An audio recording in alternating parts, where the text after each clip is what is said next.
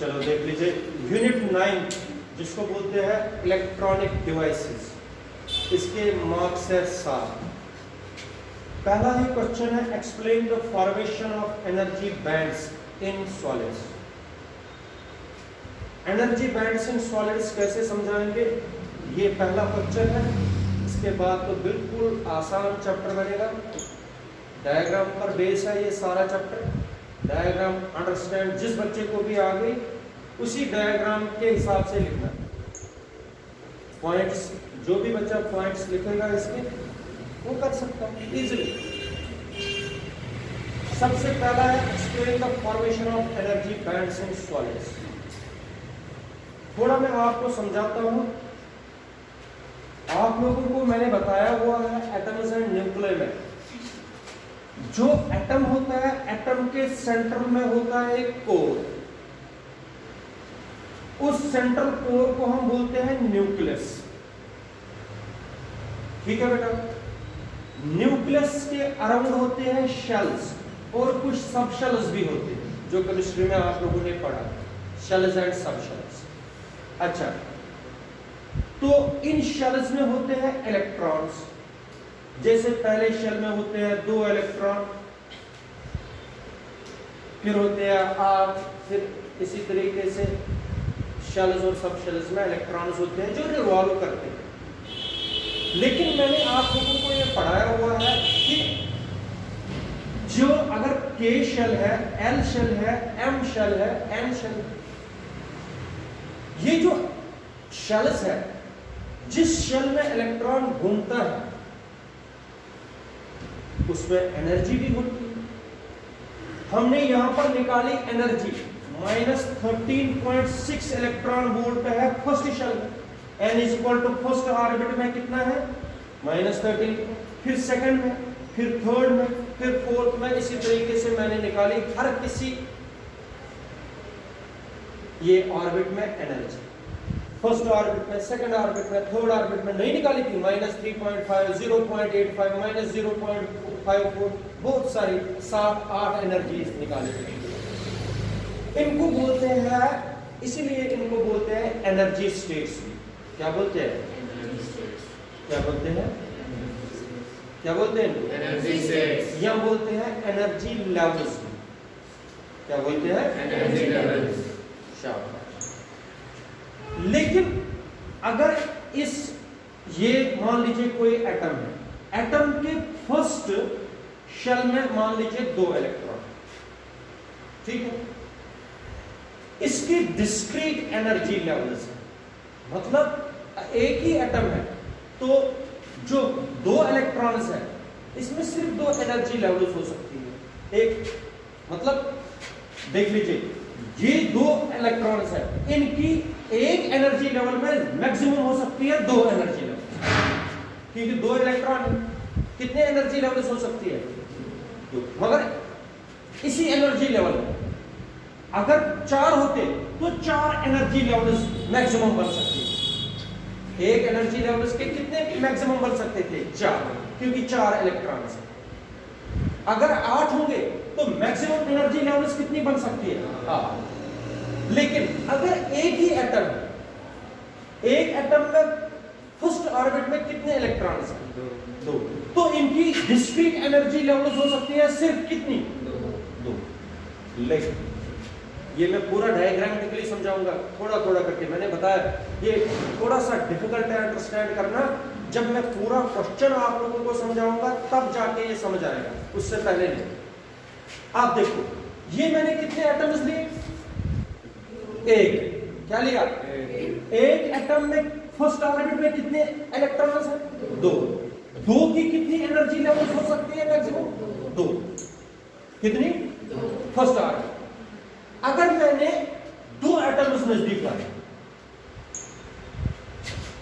2 atoms, अब कितने electron बढ़ गए? इसके 2 और इसके 4। कितने बन गए? 4। इसकी कितने एनर्जी स्टेट्स बन गई? 2 की 2 और इनकी 2, कितने बन गए? 4 हो गए। 4 एनर्जी स्टेट्स बन गई। अगर मैं 3 लाऊंगा तो कितने हुए? 6। अगर मैं n नंबर आप लाऊंगा तो 2n एनर्जी स्टेट्स। कितनी? 2n energy states. नहीं आया समझ? मैं देखो मैंने बताया ना आप लोगों को, ये मैं अभी डायग्रामेटिकली समझाऊंगा। मैंने बताया अगर एक ही एटम होगा, क्या होगा? तो एनर्जी स्टेट इज डिस्क्रीट है।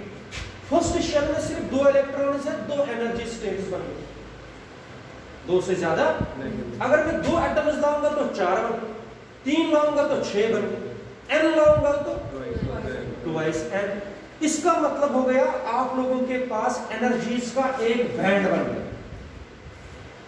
कितनी एनर्जीज है? 2n energy states. 2n energy states का एक बैंड बन गया। उन बैंड्स को हम बोलते हैं एनर्जी बैंड्स। एनर्जी बैंड में एक्चुअल में होता क्या है? Energy levels. क्या होती है? Energy levels. Energy levels. और यही फॉर्मेशन में समझाऊंगा किस तरीके से एनर्जी बैंड्स बनते हैं। ये है क्वेश्चन। इसके लिए मैं एक अच्छी सी एग्जांपल आप लोगों को समझाऊंगा जिससे पूरा का पूरा क्वेश्चन आप लोगों को अंडरस्टैंड होगा। मैं बता रहा हूं फिर से, जब तक ये कंप्लीट क्वेश्चन नहीं होगा, जब तक मैं रिपीट नहीं करूंगा इस क्वेश्चन को, डिफिकल्ट है थोड़ा अंडरस्टैंड करना। इसके लिए सबसे पहले मैं एग्जांपल जो लूंगा, ध्यान से समझो ये क्वेश्चन, वो है सिलिकॉन, जिस पर मैं ये समझाऊंगा। सिलिकॉन का एटॉमिक नंबर है 14। कितना है एटॉमिक नंबर?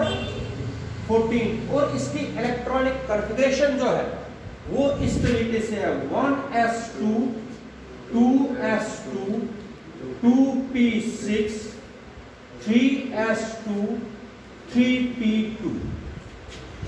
इस तरीके से इलेक्ट्रॉनिक कॉन्फ़िगरेशन है किसकी? सिलिकॉन। अंडरस्टैंड करना।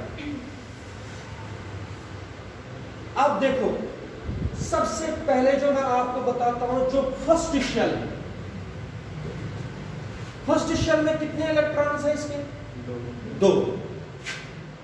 अगर एक एटम है, सिलिकॉन का एक ही एटम है, तो कितनी एनर्जी स्टेट्स हो सकती है? 2 एनर्जी स्टेट्स। कितनी? 2 एनर्जी स्टेट्स। या 2 एनर्जी लेवल्स हो सकते इस शेल में। अब इसमें कितनी हो सकती है?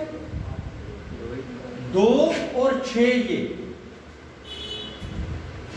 ये सब शेल्स है ना, तो 6 और 2 हो गए 8। इसका मतलब है ये भी कंप्लीटली फिल्ड है, ये फिल्ड शेल है। इसमें कितने इलेक्ट्रॉन है? 2। और कितनी एनर्जी स्टेट्स है? 2। इसमें कितने इलेक्ट्रॉन्स है? 8। कितनी एनर्जी स्टेट्स है? 4। अगर सिलिकॉन का एक एटम है, वो ये समझा रहा हूं। अब मुझे बता, ये थर्ड जो शेल है, पहली सब शेल तो कंप्लीटली फिल्ड है, दूसरी सब शेल कंप्लीटली फिल्ड है कि नहीं? इसमें कितने इलेक्ट्रॉन आ सकते हैं? 2। इसमें कितने इलेक्ट्रॉन आ सकते हैं? 6।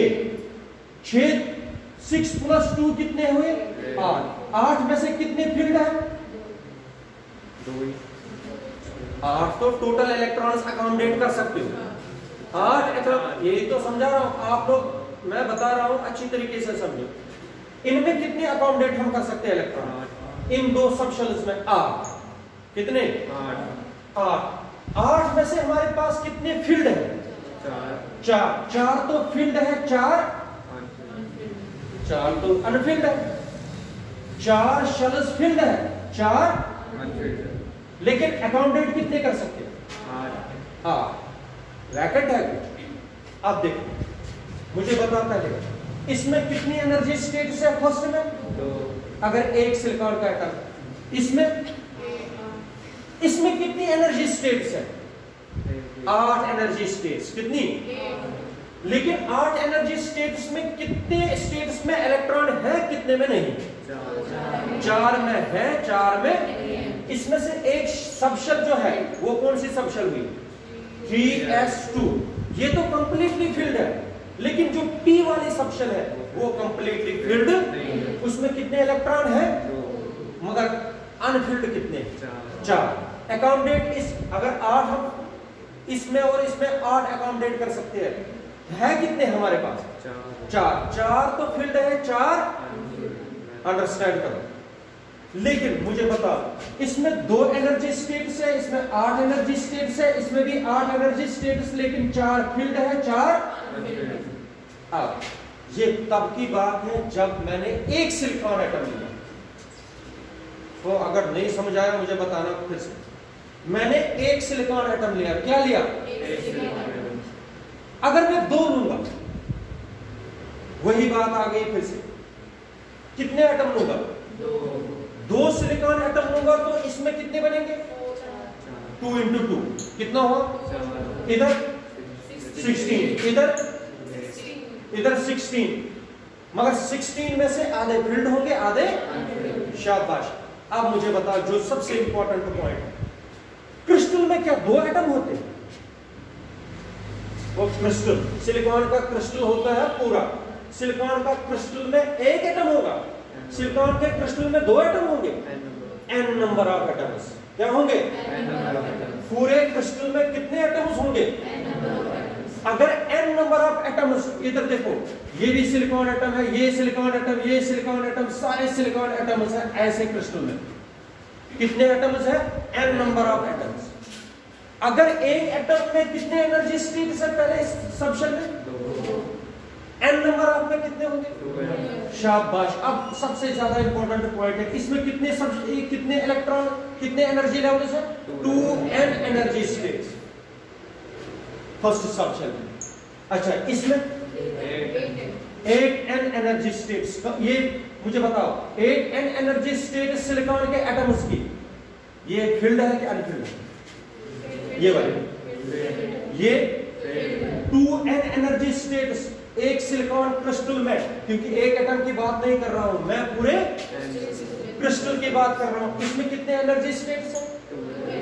2n एनर्जी स्टेट्स इसमें। अब मुझे बताओ, इसमें कितने एनर्जी स्टेट्स है हमारे पास?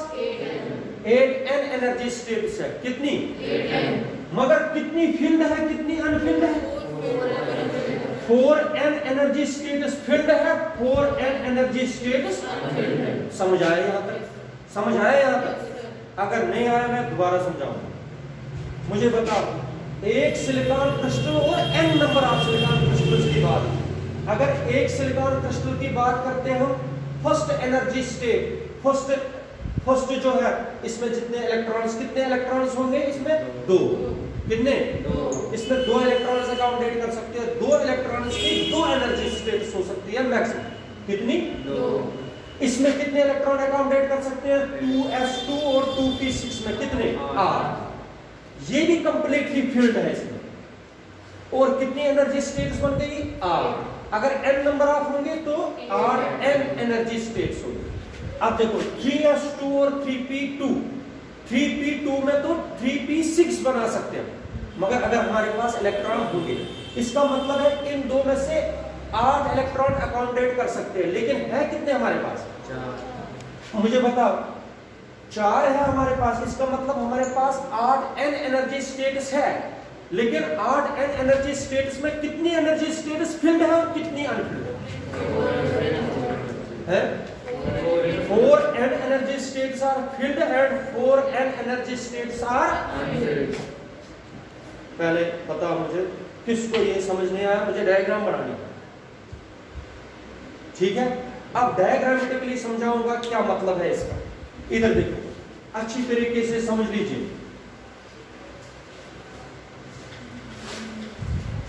देख लीजिए, ये इस तरीके से समझाना है मुझे। डायग्राम देख लीजिए। सबसे पहला यहां से होता है inter atomic distance. Inter atomic distance, वो मैं बताऊंगा डिस्टेंस क्या होती है। इंटर एटॉमिक डिस्टेंस यहां से, ठीक है? इधर देखो, ये सबसे पहले आप लोगों को फर्स्ट ऑर्बिट बनाना है। n is equal to 1, silicon के लिए इसमें है 1s2।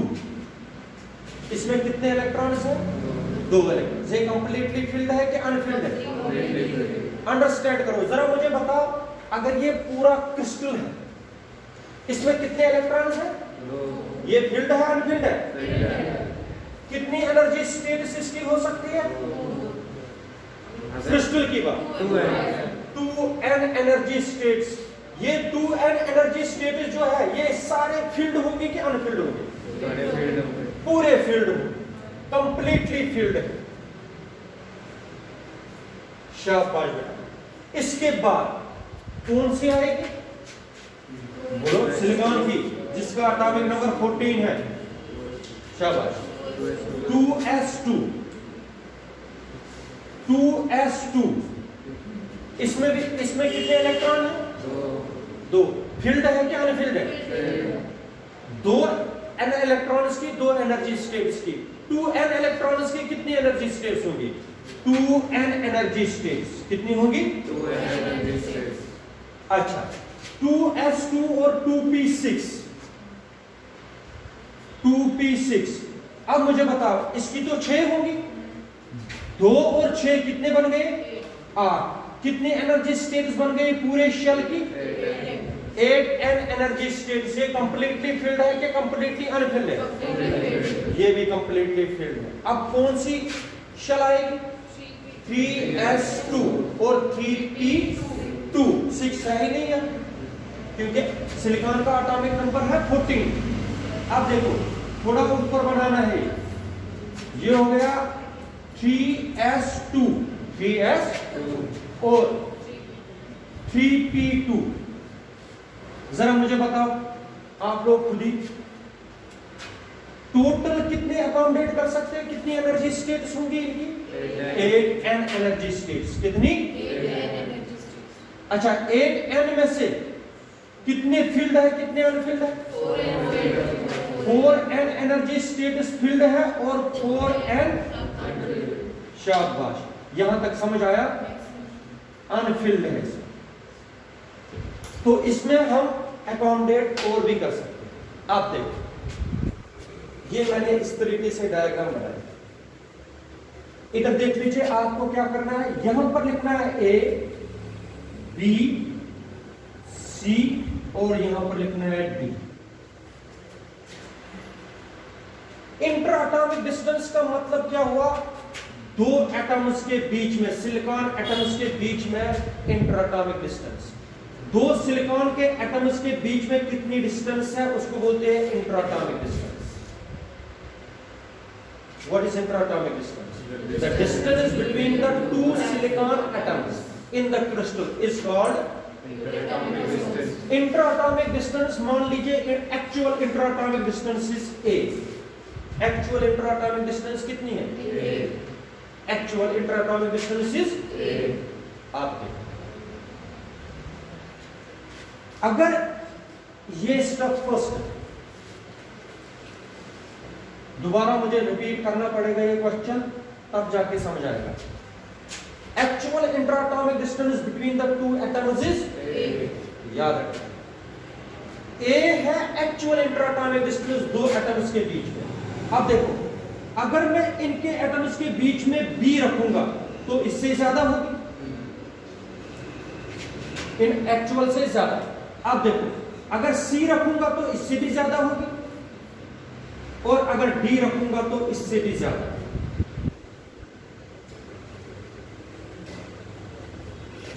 अंडरस्टैंड करना, मैंने बताया actual interatomic distance between the two silicon atoms is A। क्या है?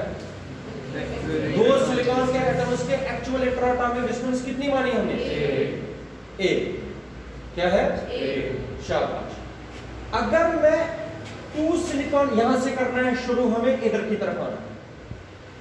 When the interatomic distance in step first, अगर इंटरएटॉमिक डिस्टेंस हम R से डिनोट करेंगे, if the interatomic distance between the two atoms is R, if R is equal to D, if R is equal to D, actual interatomic distance कितनी है?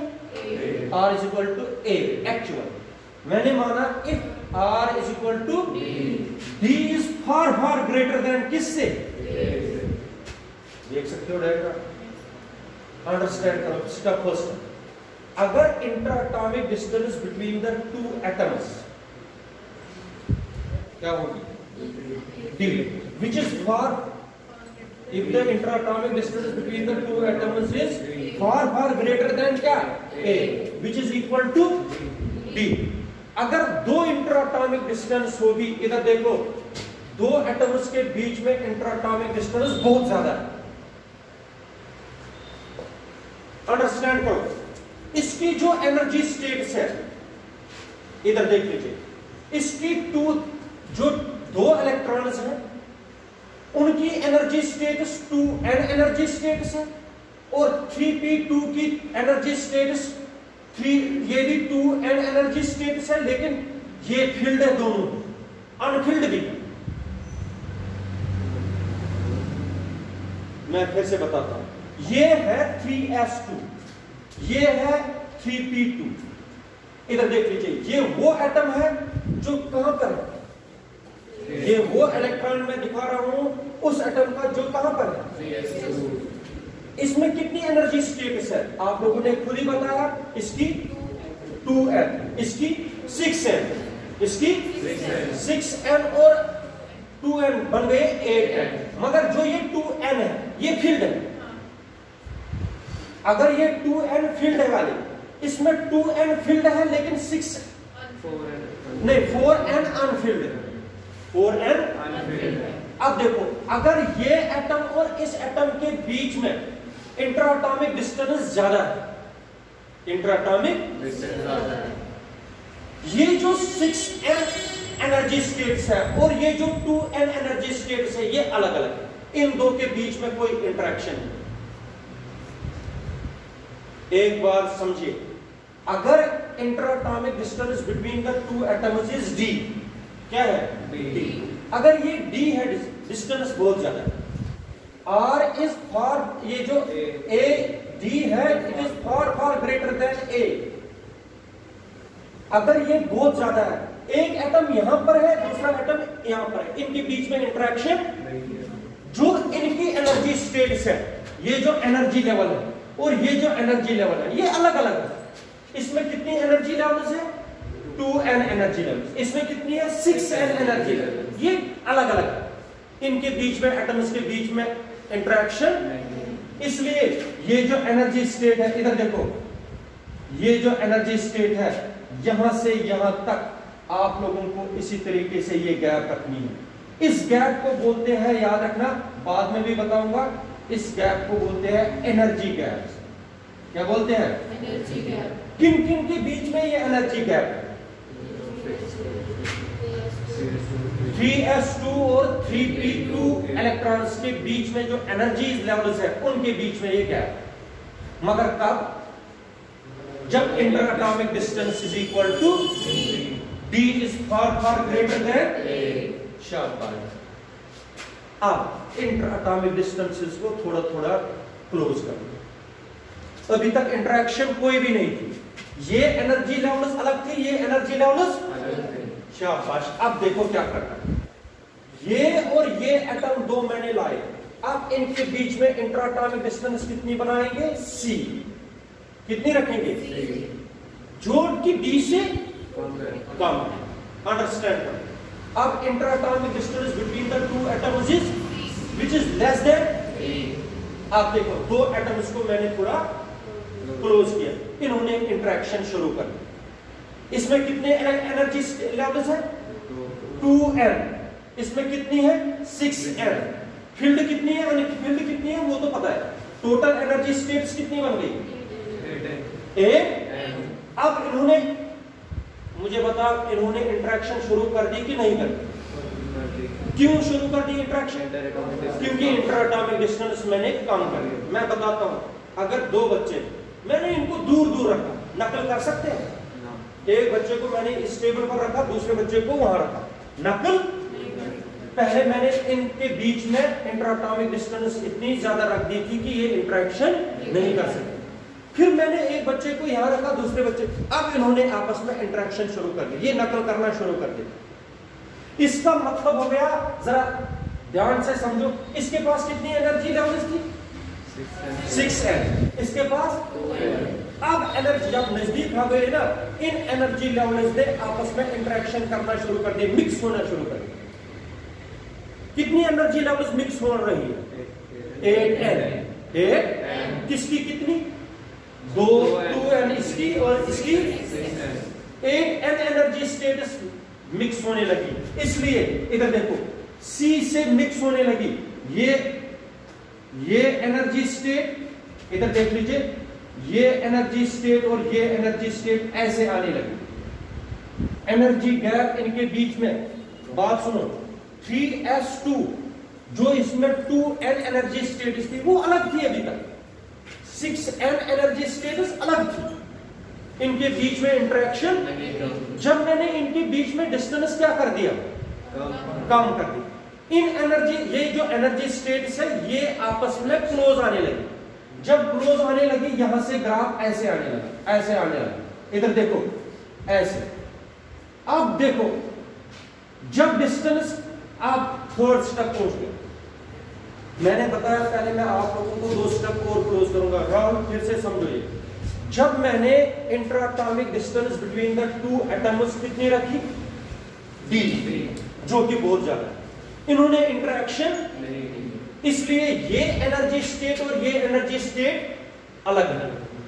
2n energy states और 6n energy states, इनके बीच में जो gap है उसको बोलते हैं एनर्जी गैप, कोई मिक्स नहीं। अब इंट्राटॉमिक डिस्टेंस इन 2 एटम्स के बीच में मैंने क्या कर दी? कम। कितनी रखी? C। कितनी रखी? C। ये एनर्जी लेवल जो थी, ये वाला, ये एनर्जी लेवल कम कम होने लगी क्योंकि इन्होंने इंटरेक्शन की। कितने इलेक्ट्रॉन्स ने इंटरेक्शन करना शुरू कर दिया? 2n इलेक्ट्रॉन्स और 6n इलेक्ट्रॉन्स। एनर्जी लेवल्स ने क्या करना शुरू कर दिया? इंटरेक्शन। इधर देखो, इनकी एनर्जी लेवल्स मिक्स होने लगी। क्या होने लगी? कौन कौन सी एनर्जी स्टेट्स मिक्स होने लगी? 2n एनर्जी स्टेट्स और 6n। कितनी एनर्जी स्टेट्स मिक्स हो गई? तुम लोगों को पता है क्या होता है? जब इंट्राटॉमिक डिस्टेंस बनती है b, जो कि इससे भी कम है, जो भी इससे भी कम। इंट्राटॉमिक, देखो ये d थी, ये c थी। अब देखो इंट्राटॉमिक डिस्टेंस कम हो गई कि ज्यादा हो गई? अब ये एनर्जी स्टेट्स ज्यादा क्लोज होंगे कि दूर होंगे? शाबाश। जब इंट्राटॉमिक डिस्टेंस b पहुंच गई ना, ये जो 8n एनर्जी स्टेट्स है, 8n एनर्जी लेवल्स है, किसकी कितनी है? 2n इसकी है, 6n इसकी है। कितनी बन गई? 8n ऐसे मिक्स हो गई, अब पता ही नहीं चलता है किसकी कौन सी एनर्जी स्टेट है। मगर आप लोगों को सिर्फ इतना पता चल रहा है कि 8n एनर्जी स्टेट्स में 4n फिल्ड है और 4n अनफिल्ड है। किस इंट्राटॉमिक डिस्टेंस पर मिक्स होते हैं? जब when r is equal to b, when r is equal to c, उस वक्त क्या होता है? इंटरेक्शन। क्या होती है? इंटरेक्शन। एनर्जी स्टेट्स क्लोज आने लगते हैं। जब इंट्राटॉमिक डिस्टेंस d थी तब सेपरेट थी, तब ये एनर्जी स्टेट्स और ये एनर्जी स्टेट्स क्या थी? अलग अलग।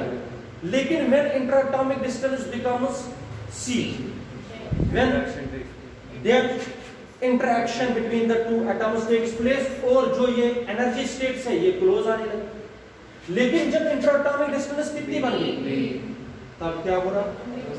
जो 2n एनर्जी स्टेट्स है और 6n एनर्जी स्टेट्स है, कितनी बन गई?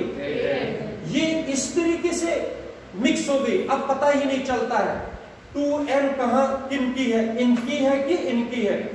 अब 8n एनर्जी स्टेट्स मिक्स ऐसे हो गई कि अब कुछ भी पता नहीं चल रहा है ये इस शेल की है कि ये इस शेल की, ये मिक्स हो गई। मगर आप लोगों को इतना पता है कि 8n एनर्जी स्टेट्स में कितनी फील्ड है और कितनी अनफील्ड है, ये आप लोगों को पता है।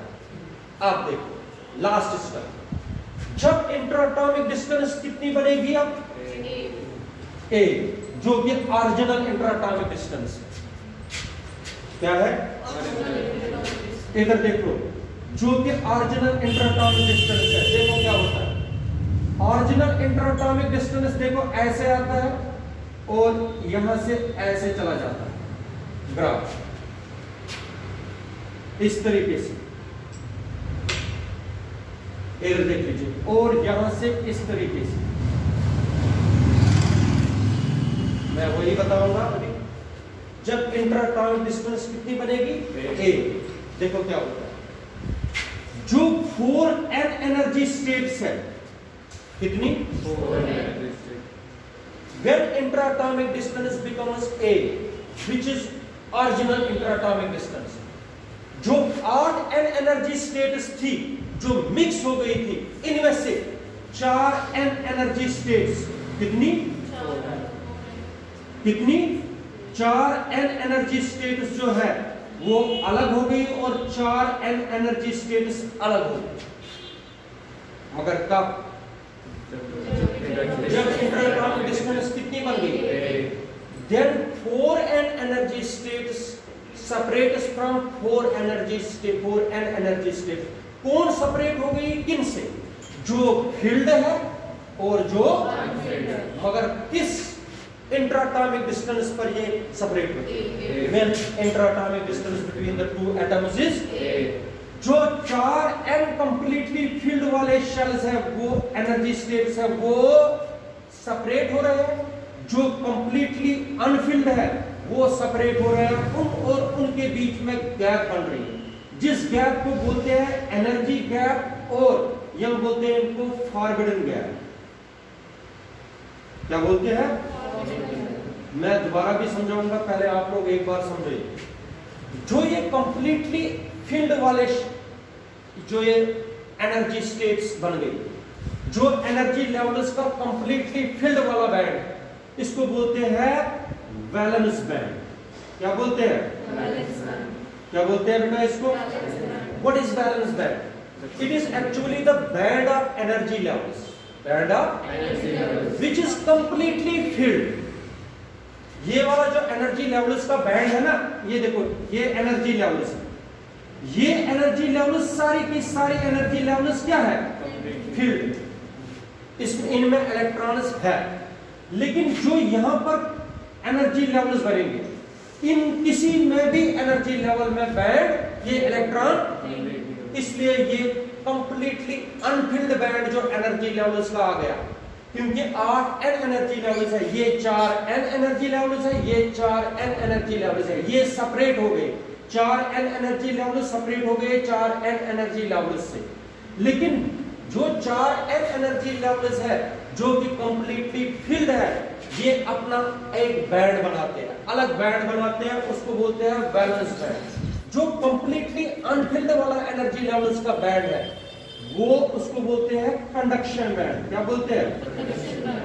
CB and VB, CB and VB, conduction band and valence band. Valence band होता है कंप्लीटली फील्ड वाला एनर्जी लेवल्स का बैंड। कंडक्शन बैंड होता है कंप्लीटली अनफिल्ड एनर्जी बैंड। इनके बीच में जो गैप होती है, उस गैप को बोलते हैं फॉरबिडन गैप। क्या बोलते हैं? या बोलते हैं एनर्जी गैप। क्या बोलते हैं? Energy gap. अगर इलेक्ट्रॉन जंप करेगा वैलेंस बैंड से कंडक्शन बैंड में, क्या करेगा? वैलेंस बैंड से कंडक्शन बैंड, उसको बोलते हैं कंडक्शन टेक्स प्लेस। क्या बोलते हैं? Conduction takes place. ये जो फॉर्मेशन बैंड्स का आ गया, वैलेंस बैंड और कंडक्शन बैंड का फॉर्मेशन जो बना, इसी को बोलते हैं एनर्जी बैंड्स। क्या बोलते हैं? Energy band. Valence band actual में क्या है? It is the band of energy levels. It is the band of energy levels which is completely filled. हाँ, एनर्जी लेवल्स का बैंड एक बनाते हैं जो कंप्लीटली फिल्ड है, उसको क्या बोलते हैं? जो एनर्जी बैंड्स है, बैंड ऑफ एनर्जीज जो है, जो कंप्लीटली अनफिल्ड है, उसको क्या बोलते हैं? Conduction band. अब मैं ये दोबारा समझाऊंगा, आप लोग ध्यान से समझिए।